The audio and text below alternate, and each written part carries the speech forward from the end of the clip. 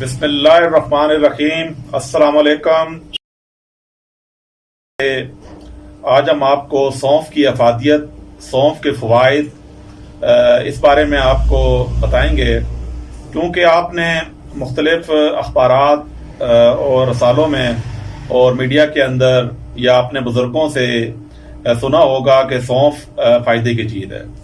मसलन गैस का मसला हो जाए तो सौंफ का इस्तेमाल फ़ायदा देता है। इसी तरह बदहज़मी के मसाइल, दीगर मसाइल, दिमाग की कमज़ोरी, नज़र की कमज़ोरी और हर किस्म के मसाइल के लिए आपको मुख्तलिफ़ किस्म के ऐसे टोटके घरों में बताए जाते हैं। लेकिन दिमागी कमज़ोरी दूर करने में सौंफ जो है वो बहुत ही मुफीद चीज़ है।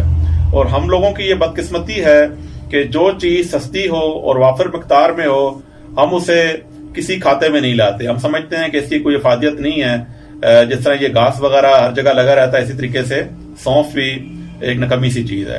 लेकिन सौंफ दिमाग की कमज़ोरी दूर करने के लिए बहुत मुफीद है और इसके इस्तेमाल से दिमाग की कमज़ोरी भी दूर होती है और साथ साथ नज़र भी दुरुस्त हो जाती है।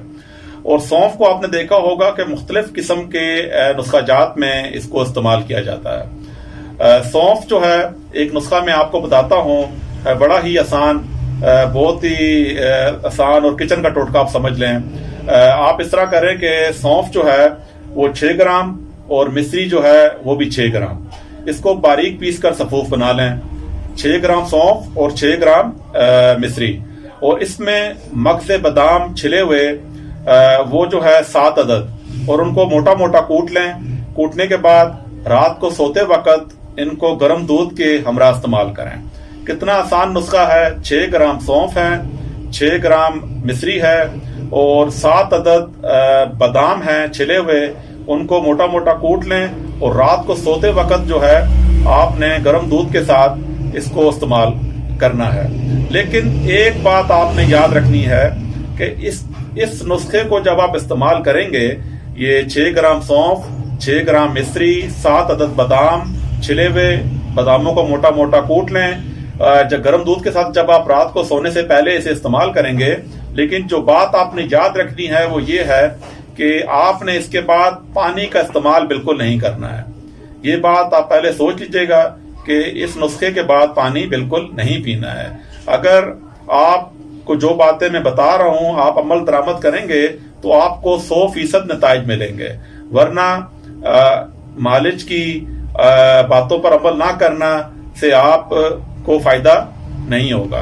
इस नुस्खे को जो मैंने अभी बताया है, आप मतवातर कम से कम 40 दिन इस्तेमाल करें। तो 40 दिन के बाद 40 दिन के अंदर ही आपको महसूस होगा कि आपके दिमाग को एक ताकत, आपके दिमाग के अंदर एक जबरदस्त किस्म की ताकत आ गई है। आपको पुरानी बातें याद आना शुरू हो जाएंगी, आपकी नजर जो है वो तेज होना शुरू हो जाएगी और आपकी जो जान है वो ऐनक से छूट जाएगी।